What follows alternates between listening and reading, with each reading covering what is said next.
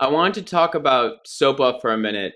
You came out against GoDaddy's former support of SOPA, which, by the way, I admire that you did that.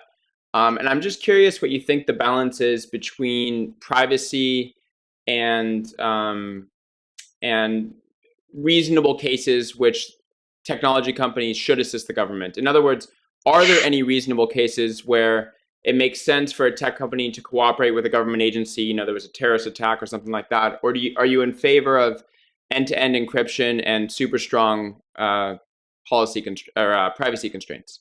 Well, look, our number one our number one obligation is the privacy of our customers. That's number one.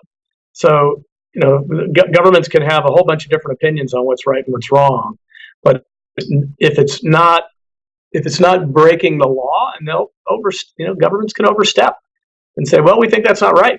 Well, if you think it's breaking the law, then you're going to issue a subpoena and move on that. But honestly, if we get a subpoena from a government, then we will review the subpoena, honor the subpoena. We think it's right, but that's something that anybody in business has to do. But boy, I tell you, man, the most important thing I think that we can do is keep our customers' data private. It's their data, their personal data, their website data. That's all theirs.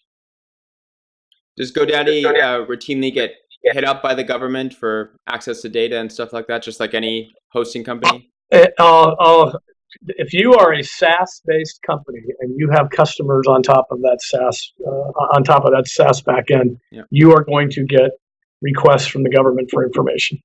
That's why I have a policy that is pro customer, pro privacy. Customers first, privacy first is extremely important. Yep, makes sense.